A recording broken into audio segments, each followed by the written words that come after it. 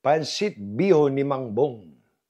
Hanggang ngayon, marami pa rin nung nanonood. Marami pa rin nagme-message, natutuwa.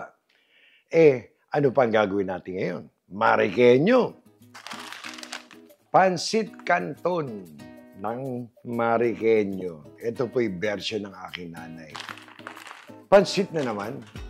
Di ba nagpansit Bihon na ba? Iba po ang Pansit Canton. Baka marinig kayo ng mga Mariqueño. Pansit Canton, Pansit Lomi, Pansit Bihon, napakadaming pansit. Meron pang Mickey Bihon. So ngayon, ang gagawin natin ay Pansit Canton. Itong aking mga Ricardo, typical na Ricardo lang naman, pero alam nyo, ang talagang distinctive na Ricardo ng Pansit Canton, niyang atay ng manok. Kaya as we go, pakikita ko sa inyo, isa-isa yung mga Ricardo kung paano natin didiskartehan ang masabaw na Pansit Canton ng Marikina. Yan ang pakikita ko sa inyo. Simulan na natin to. Ang aking pinalambot na liempo, nasabi ko sa iyo, di ba, ang hilig ko magpalambot ng liempo. 2 pounds to, panggisa ko lagi, pang Ricardo, mabilis. Tulad ngayon, mainit na, 2 tablespoon na, what do you call this, mantika. Kasi ito na yung aking liempo. Ito lang siguro matagal natin ng konti. Gusto kong i-brown siya ng konti bago ako mag-gisa. Tulad yan, pinapagulong ko lang sa 2 tablespoon ng mantika. Yan yung malambot na. Yan ay may konting timplado na. So, kumuha ko ng konti doon sa 2 pounds na napalambot ko na. Ito na siya ngayon. Very useful pang gisa. So, continuous lang. Siguro in about 3 minutes, may medyo magbabrown na yan. Saka natin ilalagay yung ating panggisa. 3 minutes. Ayan o. Yan ang kulay na gusto ko. Ganda na. Na-brown na siya. Saka natin igigisa ang bawang. Ayan. Bawang. By the way, ang ating Canton na iluluto ay halos nasa kalahating kilo. Konti lang, hindi naman ganun karami. Konti pero para sa 4 lang yan. Mahilig din kami sa pansit. O yan, na-brown ng konti. Ang ating bawang, sunod natin ang sibuyas. Medyo pahaba ang ginawa kong hiwa dito. By the way, itong ating ginagawa, itong ating pang-toppings, at the same time, yung kalahati nito or more, ihahalo natin pag yung niluluto na yung Canton noodles. Pakikita ko sa inyo. So, yan, pinapagulong-gulong lang naman yan. Ang isusunod natin dito, palalabasin natin yung lasa. Itong Chinese sausage. Sarap. Halo-halo ang lasa niyan. Sinunod natin ng Chinese sausage.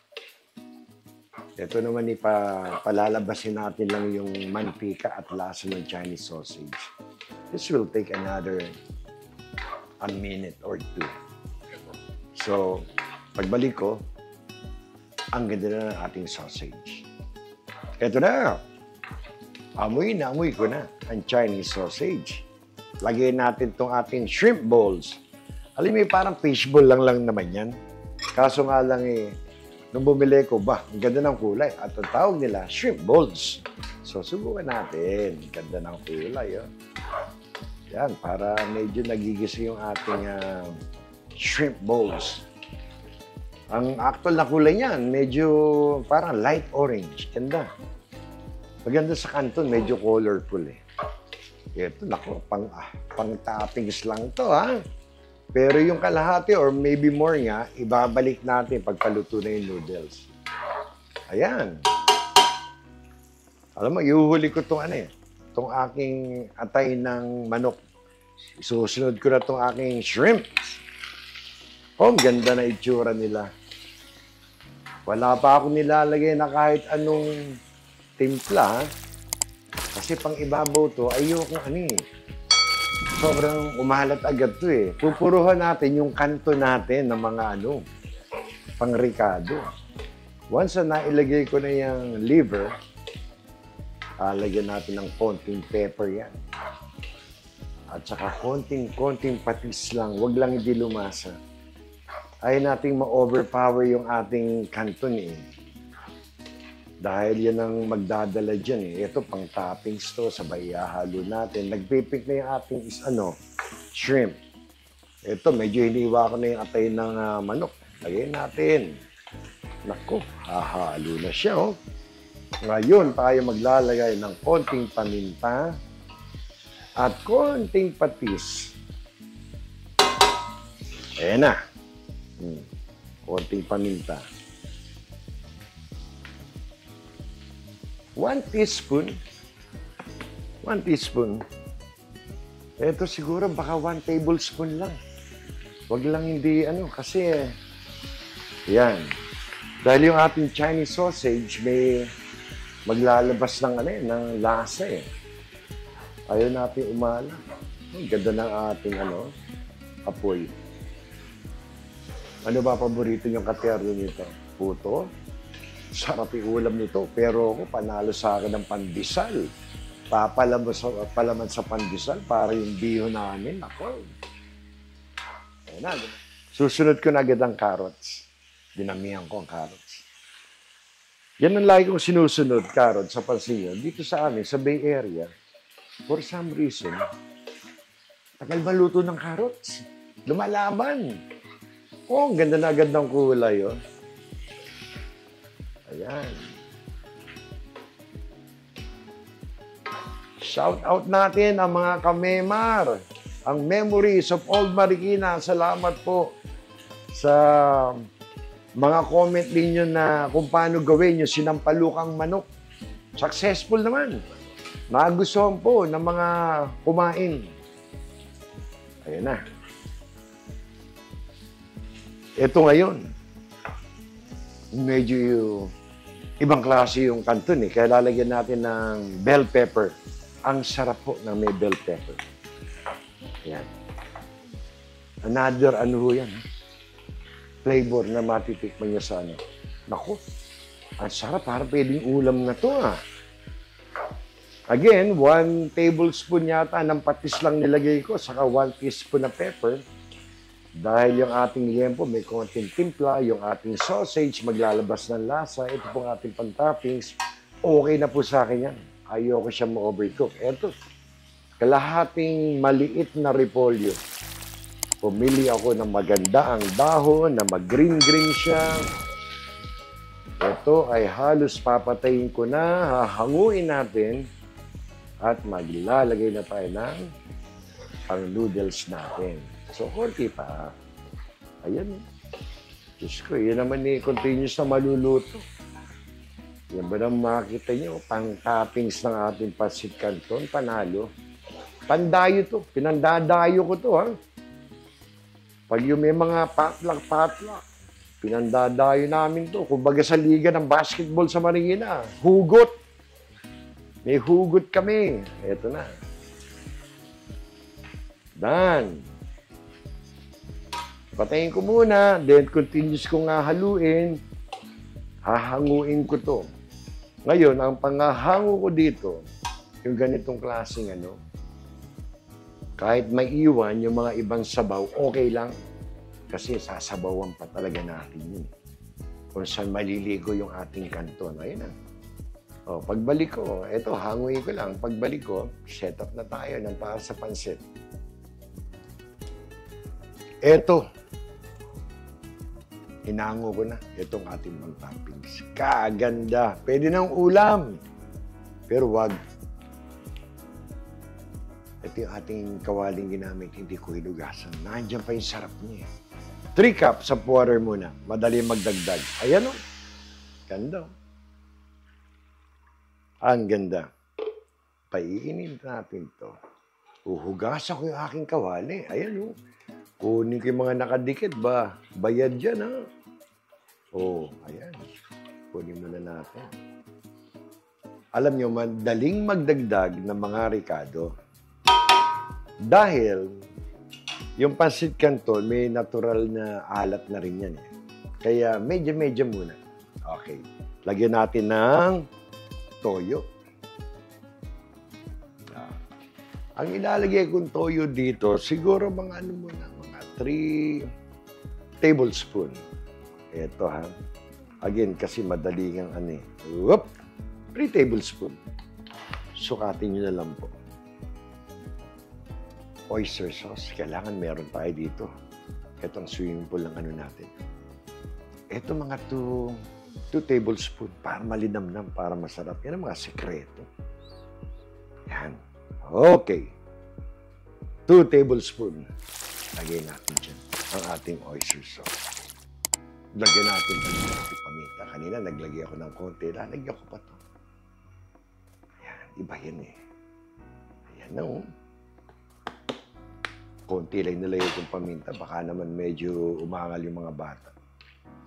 Ito, nahalo-halo ko lang yung swimming pool. Again, 3 cups pa lang to. Ha? Madali magdagdag. Sarap to. Medyo po yung aking 1 teaspoon. Isa muna. Dali naman magdagdag eh. So sa ganito, medyo hintay-hintay lang. Pag kumulo, ilulubog na natin yung ating noodles. Kaya pagbalik ko, swimming na yung ating noodles. Ang ganda ng ating kulo. Alam nyo, may nalimutan akong ilagay.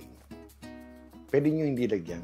Pero ako, ang sarap ng manamis-namis yung aking pansit canton.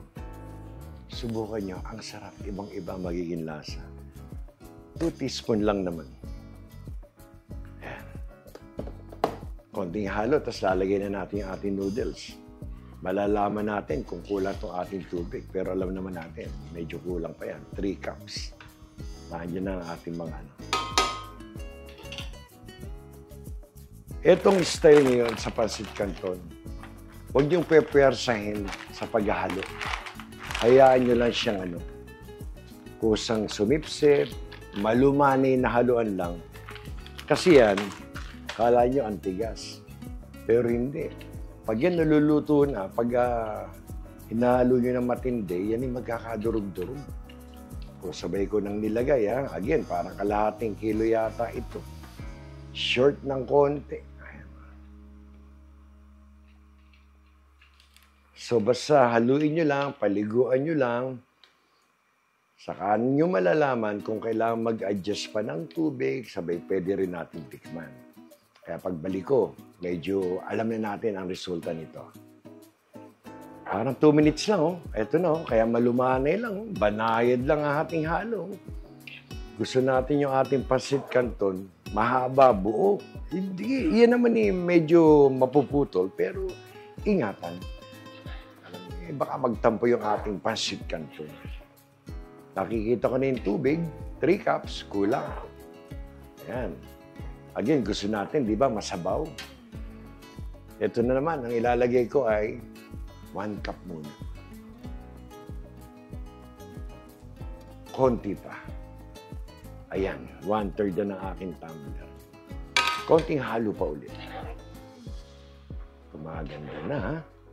Kasi itong ating pansit canton, parang yan yung egg noodles. Kaya may depende sa bibilin yung brand, gawaan, pasarapan ng klase ng canton, ha? Mga Marikenya, alam nila kung anong magandang brand. Ito ko muna. No sound effects, please.